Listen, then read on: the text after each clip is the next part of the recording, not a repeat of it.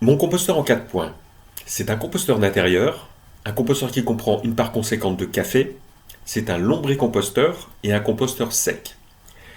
Comme composteur d'intérieur, je le place au plus proche de la source de production de déchets végétaux, c'est-à-dire la cuisine. Ma contrainte, c'est que le composteur ne sente rien. Dans la cuisine, je n'accepte que les odeurs de cuisine. C'est un composteur qui comprend une part conséquente de café, qui est mon déchet végétal important. Mon premier terreau de café a été un désastre. Aucune graine n'a germé. Alors dépité, j'ai jeté le reste de mon marc de café sur le terrain que je venais de retourner. Rien n'a germé de toute la saison, même pas une graine sauvage. J'ai appris par la suite, au gré de mes lectures et d'échanges avec des scientifiques, que le café contenait naturellement un inhibiteur de croissance. Alors quand vous jetez votre marc de café au pied de vos rosiers, vous ne vous apercevez de rien parce que la plante est déjà développée. Mais un inhibiteur de croissance sur des graines, c'est le détail qui tue. C'est là que j'ai investi pour des vers à compost parce qu'ils étaient attirés par le café. Mon pari était que ces vers digèrent l'inhibiteur de croissance contenu dans le café. Pari réussi, mon deuxième compost de café a été un succès, toutes les graines ont germé. C'est un composteur sec. Tous les autres composteurs produisent du jus, vanté comme un engrais formidable, mais à condition de le diluer à peu près à un vingtième. Sinon, c'est un désherbant formidable et à utiliser sous quelques jours, sinon ce jus ne vaut plus rien. J'ai considéré que ces composteurs ne faisaient que déplacer ma problématique de déchets. Donc j'ai fini par trouver un composteur sec, le seul du marché, qui laisse tous les déchets ensemble et le compost obtenu est directement utilisable. Je vous mets les liens sous la vidéo si vous êtes intéressé par ce composteur. Alors maintenant, allons voir le compostage. Comme dans la cuisine, l'important c'est que ça sente la cuisine et rien d'autre, j'applique quelques principes à mon composteur de cuisine pour qu'il ne sente rien.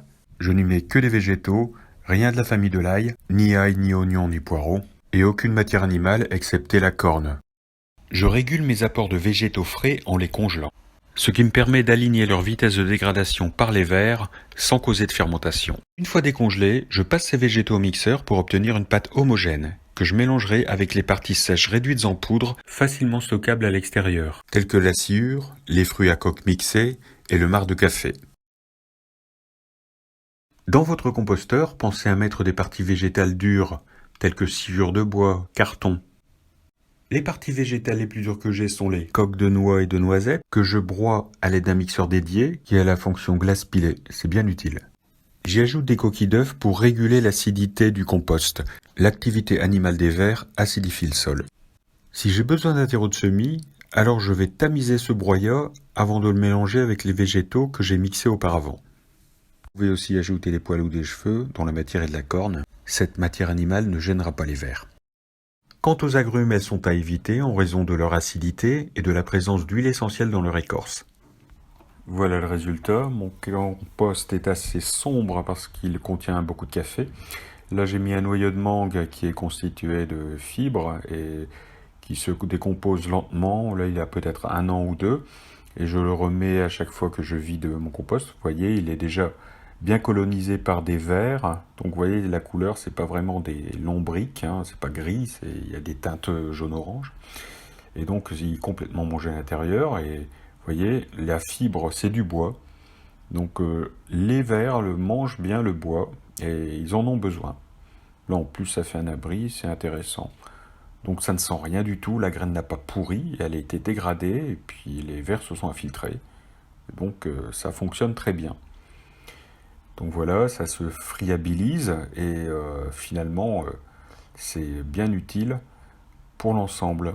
Aussi, là j'ai mis de la fibre achetée dans des sites que j'ai mis en bas, dans les liens.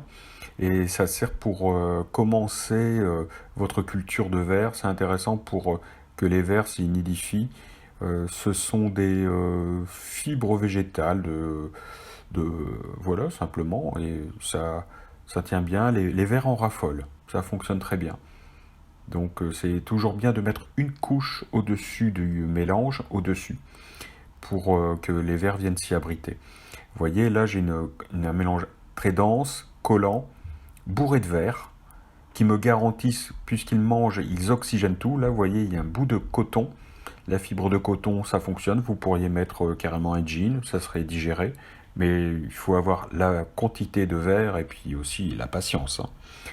Et donc, les vers se multiplient et les petits points blancs que vous voyez, ce sont en fait de la coquille d'œuf qui me permet de justement de remonter l'acidité, quoi, de diminuer l'acidité en remontant le pH du sol, dû à l'acidité due à l'activité animale des vers. Et en attendant, ça ne sent rien du tout. Même pas l'odeur légendaire de l'humus, ça ne sent rien. Quand il y a une odeur d'humus, c'est que dans le terreau, il y a la présence de racines. C'est quand des graines germent. À ce moment-là, vous allez avoir une odeur d'humus. Sinon, euh, avec les vers, il n'y en a pas. C'est les racines qui créent cette odeur d'humus. Donc voilà. Si vous avez appris quelque chose, laissez-moi un petit pouce et n'oubliez pas d'activer la petite cloche si c'est déjà fait pour vous abonner. Si vous voulez me laisser un commentaire, n'hésitez pas, il est toujours le bienvenu. Sur ce, je vous dis à bientôt.